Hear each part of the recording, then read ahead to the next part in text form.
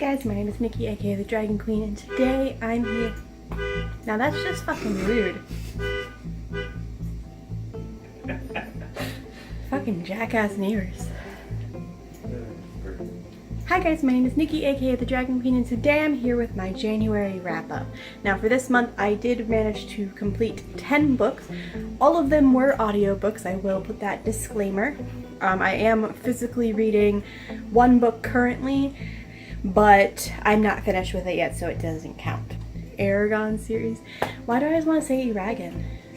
Dragon. Can't pronounce it.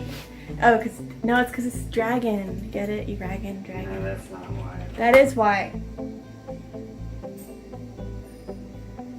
I'm watching you. First book I read was Eldest by Christopher Poloni. I gave this book 4 out of 5 stars. Overall, I thoroughly enjoyed it. I didn't dislike it as much as I did the first book. It's definitely stronger than the first book. One of my biggest issues with Eragon was that the older man and Eragon just seemed to like butt heads a lot. They seemed to purposely egg each other on just to piss each other off, and I felt like the older man should have been more mature. If he knew how Eragon would react, he shouldn't have said something to begin with. That seems to have gone away a little bit in this one, and he seems to have grown up a lot more. There were still little snippets where he and his dragon had to grow up still and had to learn and had to improve, and I think that the character growth was tremendously better in this one versus book 1. With that being said, I did give it 4 stars because it wasn't perfect to me. And somebody pointed out it was like Star Wars, and then I couldn't stop thinking about the comparisons. And that couldn't get out of my head either. So, moving on. Then I read Horns by Joe Hill. This book is a horror novel about a man who wakes up one day after a binge night drinking and he has horns on the top of his head and he doesn't know where they came from. But what he learns as he's going through his day is that he seems to have gotten some type of magical power where people just tell him what their deepest secret is right now. They don't hold back, they don't white lie, they just blurt out things they wouldn't normally blurt out, including things like, I really want to burn her, or I wish I could just kick that kid's ass, or I want to go smoke some drugs. Can you tell I don't do drugs? Like, I don't, how would you say that? I wanted to say I wanted to smoke some crack, and that's, is that right? Do you smoke crack? Okay. So anyway, it was Oxy that he wanted to do. I think he wanted to snort it. But it was just things like that, and he's slowly learning the truth about what happened to his girlfriend who was killed the year before. And his girlfriend, her death was blamed on him. Now, I watched the movie before I read the book, and that's a very rare situation that ever happens, because I don't usually watch movies. But my best friend read the book, she loved it, she watched the movie, and I was over at her house, so we watched it. And I'm honestly surprised how well the book to movie was in comparison. Now, it's been a while since I watched the movie, so I don't think it might not have been perfect, but there wasn't anything that I feel was missing that stood out to me in the book that I don't recall from the movie, if that makes any sense. I gave this book 4 out of 5 stars. Up next, I finally read The Hate You Give by Angie Thomas. I gave this book 5 out of 5 stars. It was fantastic. It was really moving, very deep. I think it's imperative that people read this, of all genders, of all ages, of all races, everybody. I think everybody should read this. I think it should be a requirement in schools, especially. A lot of the things, The Hate You Give follows a young girl who is living in, for a lack of a better term, the ghetto, and she goes to school at a prep academy where she is one of 2 or 3 black kids in the school. So she is balancing her friendships and her lives between the 2 worlds. And you see the racism from both sides. So you see the racism between whites against blacks, blacks against whites, blacks against their own. You see the classism where people think she's too good or not good enough because of where she goes to school or who her father is. And you see the issues that arise with today's main concern of police brutality. Reading the book put a lot of perspective to me that I don't have to deal with due to being white. So I now can have a feel. I don't fully comprehend, obviously, because I've never been in that situation, but I have an understanding of what it feels like for a black person to be pulled over now, and that fear and why it's instilled upon them. I think it's important that everybody reads this, and I think that it was very nice that they didn't make any one type of person a bad guy. And one of my biggest issues with any type of versus situation, it's always you have to choose a side. And in this one, it was some people did want them to say all cops or all blacks, but they were very imperative. It's like, no, it's some people who are bad who happen to be black, and some cops. Not all cops are bad. There are a lot of very good cops. It does show and instill the fear with all cops because of the one cop, because you don't know how to tell the difference in her situation. And that's one thing that I think we need to instill further is we shouldn't compare everybody to one standard. Just because one person's an asshole and they happen to be male doesn't mean all males are assholes. Or just because one white person is a Nazi, it doesn't mean all white people are Nazis. So stuff like that. I don't like it when someone just says, all of insert thing here are insert bad thing here. That's not how it works. So I highly recommend that anybody reads it if you haven't read it already. The audiobook was very good as well. The narrator did a fantastic job of putting in the emotion into the story, and it was a very fast read. The next 3 books I read were rereads, and they were Stormfront, Full Moon, and Grave Peril by Jim Butcher. These are books 1, 2, and 3 of the Dresden Files. I gave all 3 of these 5 out of 5 stars. The Dresden Files, as I've mentioned in the past, is a modern-day urban fantasy following a wizard living in Chicago, and he is in the phone book under wizard, and he's the only one. So it's him and his situations dealing with what happens with his name being there, his people coming to his door, building up relationships with others, being put into his place when he tries to be chivalrous and misogynistic, or tries to protect people without actually giving them all the information. And he's put into positions where he's realizing what he felt was protecting was actually harming. So through books 1 through 3, he does grow tremendously. If you've read book 1 and you felt like he was misogynistic, I do highly recommend that you continue to read the series, because he is put into his place by Murphy and a lot of other females actually, but especially Murphy, who you meet in book 1. And Murphy is just a kick-ass overall female protagonist, and I think she is a wonderful character. One thing I do love about anything that Jim Butcher writes is he always has a very distinctive and wide range of characters, and they all have their own personas and their own personalities, and nobody is cookie cutter at all. So it's perfection. Then I got Mark of Athena by Rick Riordan from the library. That is book 3 of the Son of Neptune series, and that is the second series for Rick Riordan, I believe.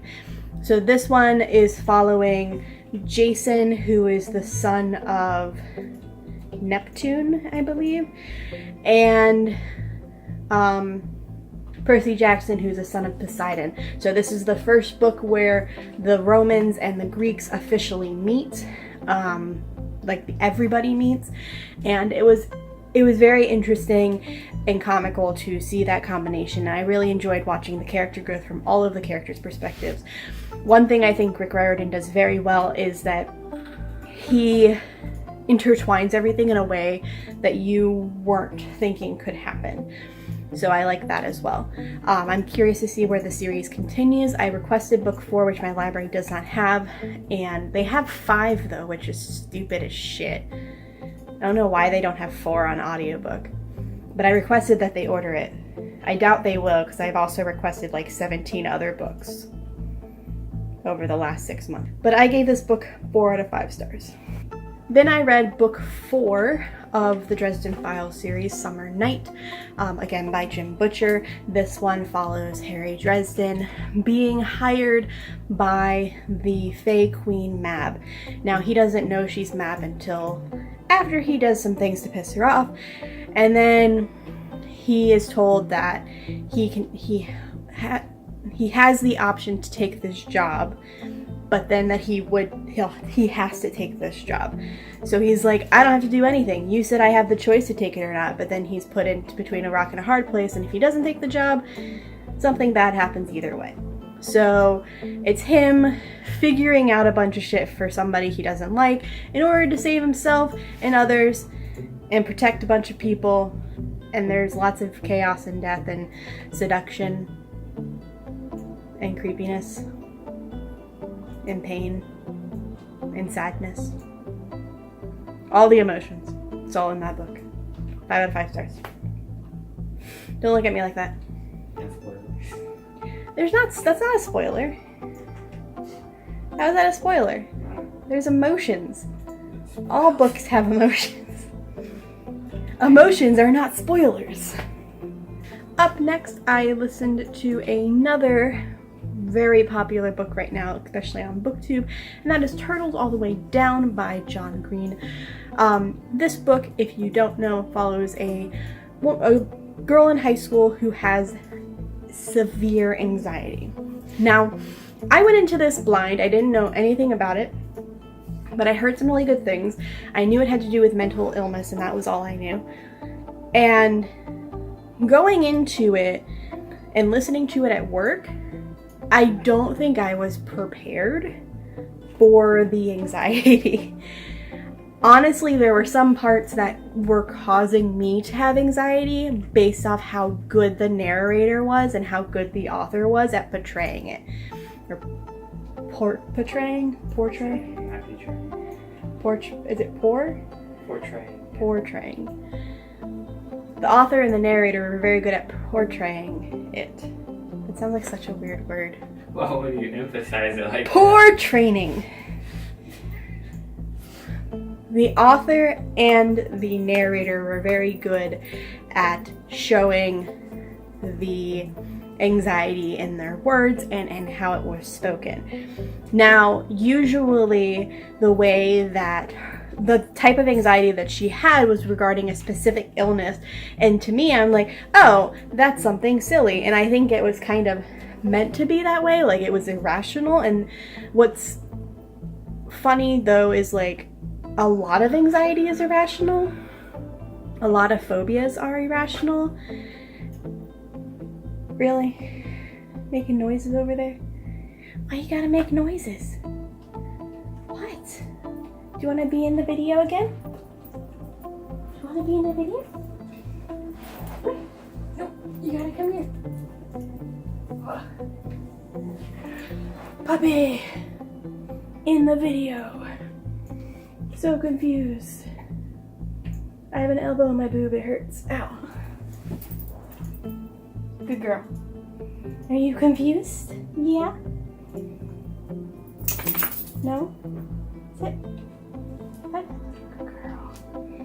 Anyway, distracted. Pixel, do you want to be in the video? Is that a no? Pixel. Gonna be in the video? Kitty. Kitty, come here. You're a Jasmine. You're not a kitty. You're tilting my thing. Lay down. Pixel doesn't want to be in the video, but Jasmine really wants to be in the video, and she's laying on the bed now. Knocking over my camera. Anyway, what was I talking about? Turtles all the way down. So the way that it was done was very well done. Her anxiety was irrational, and it showed different ways people tried to calm her down. And it only was until she started to speak up about it that others actually knew how bad the problem was. So going into it, if you are a very anxious person and easily triggered by listening to anxiety, I don't recommend the audiobook. I'm not sure how bad the paperback book would be reading it, because you can probably tone it down in your head a little bit. But the audiobook definitely almost gave me like 2 or 3 mini anxiety attacks at work, to the point where I had to stand up and walk away from my desk and walk away from the audiobook. Now, with that being said, I did give it 4 out of 5 stars, mainly because I felt like the ending, without any spoilers, was lackluster.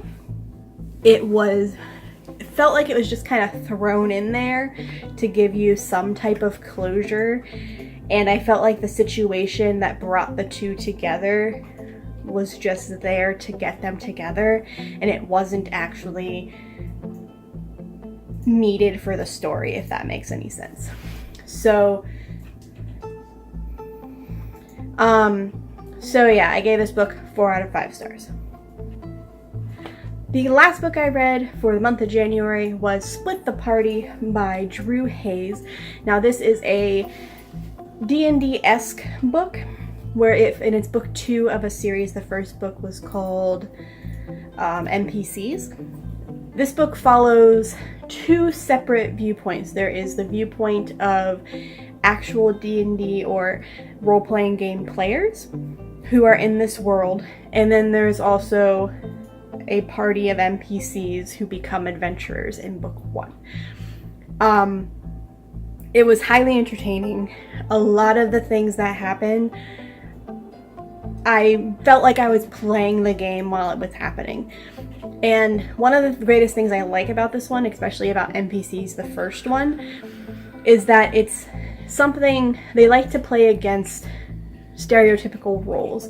So in D&D, one of the biggest things that people do is they like to do something called min-maxing or metagaming, which is where they pick a race that fits their class better. For example, if you want to be a barbarian, you might pick a half-orc in 5th edition because you're stronger and you'll live longer. So that makes more sense. Where in reality, you might be a gnome and try to be a barbarian with it, and you just have anger issues. It's not the smartest thing, but it's doable, and it's way more entertaining if that's the case. So in the first book, they all start with their stereotypical roles and then slowly figure out what they really are good at and what would work for them. I won't tell you what those roles are, even though they're highly entertaining, and I want to, because it's kind of a spoiler from book 1. But I recommend NPCs by Drew Hayes. I gave both of these books 5 out of 5 stars. I did start 2 other books in the month of January, but I was not able to finish them on time. I have finished one already, but it is February 1st, so that will go in next month's video. The other one, I'm about a third of the way done, I think. 4th of the way done. But let me know down below what your favorite book this month was that you read. Also, if you haven't already, check out my Empty Shelfie TBR. I posted that yesterday. That's what I plan on reading for February. And if you've read any of these books, let me know in the comments section what you thought about them. I'd love to talk about them in the comments. Like it if you like it, subscribe if you want to, and this is the Dragon Queen signing off.